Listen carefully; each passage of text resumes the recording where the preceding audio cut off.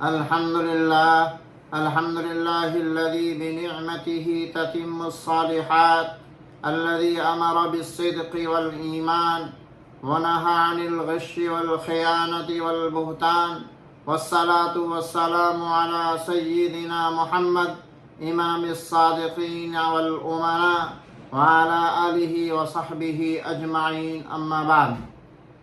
معزز ناظرین و سامعین، السلام علیکم ورحمۃ اللہ وبرکاتہ۔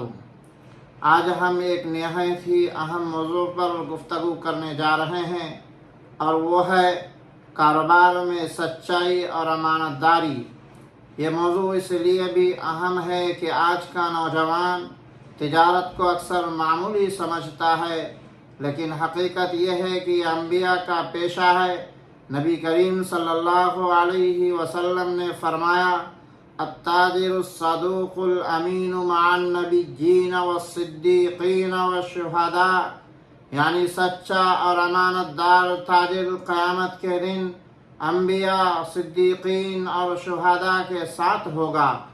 سوچئے، ایک عام سا تاجر، لیکن اگر وہ سچا اور ایماندار ہے تو اللہ اسے سب سے بلند مرتبہ والوں کے ساتھ کھڑا کرے گا۔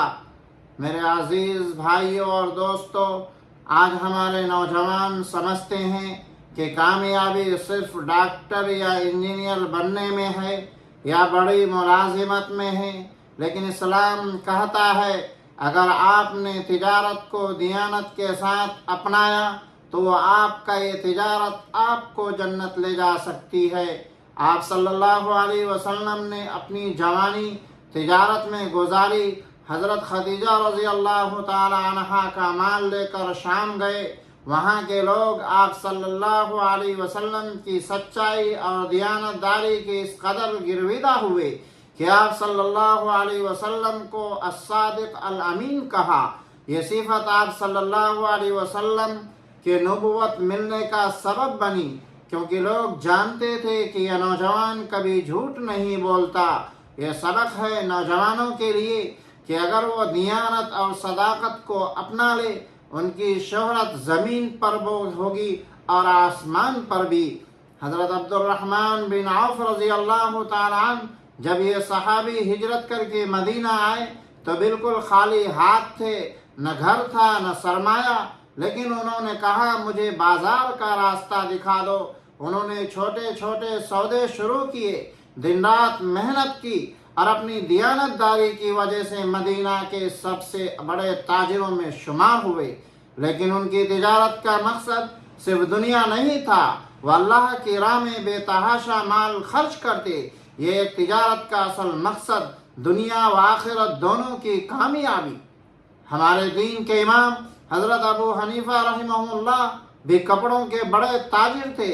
ایک بار کپڑوں میں عیب تھا، انہوں نے اپنے شاگرد سے کہا عیب ضرور بتا دینا، لیکن شاگرد بھول گیا۔ جب امام صاحب کو پتا چلا تو انہوں نے وہ سارا نفع اللہ کے راہ میں صدقہ کر دیا۔ ذرا سوچئے، اگر ہم آج کے دور میں بھی یہی دیانت داری اختیار کر لیں تو ہمارے کاروبار میں کتنا سکون اور برکت آ جائے۔ لیکن افسوس، آج ہمارے مارکیٹوں کا حال یہ ہے کہ ناپ تول میں کمی، جھوٹ بولنا، مال کے عیب کو چھپانا، ملاوٹ کرنا، یہ سب عام ہو گیا ہے۔ حالانکہ رسول اللہ صلی اللہ علیہ وسلم نے فرمایا من غش فلیس منا، جس نے دھوکہ دیا وہ ہم میں سے نہیں، یعنی ایسا شخص حضور صلی اللہ علیہ وسلم کی امت سے ہی کٹ گیا۔ میرے عزیز دوستو، اگر آپ چاہتے ہیں کہ آپ کی تجارت کامیاب ہو اور اللہ کے یہاں قبول ہو تو چند باتیں یاد رکھیں۔ سچائی اپنائیں، خرید و فروخت میں کبھی جھوٹ نہ بولیں، ناپ تول پورا کریں، 1-2 گرام کی کمی بھی بڑی خیانت ہے۔ عیب چھپائے نہیں، اگر مال خراب ہے تو صاف صاف بتا دیں۔ حلال روزی پر قناعت کرے، زیادہ نفع کے لالچ میں حرام کو ہاتھ میں نہ لگائے، اللہ کے راستے میں خرچ کریں، اپنی کمائی سے غریبوں، مسکینوں اور یتیموں کا حق ادا کریں۔ میرے پیارے بھائیوں اور نوجوانوں، یاد رکھیں تجارت صرف دنیا بنانے کا ذریعہ نہیں ہے، یہ عبادت بھی ہے۔ اگر آپ سچائی اور دیانتداری کے ساتھ کاروبار کریں گے تو آپ کا ہر لین دین ثواب کا ذریعہ ہوگا، اور کل قیامت کے دن آپ کو انبیاء، صدیقین اور شہداء کے ساتھ جنت میں جگہ ملے گی۔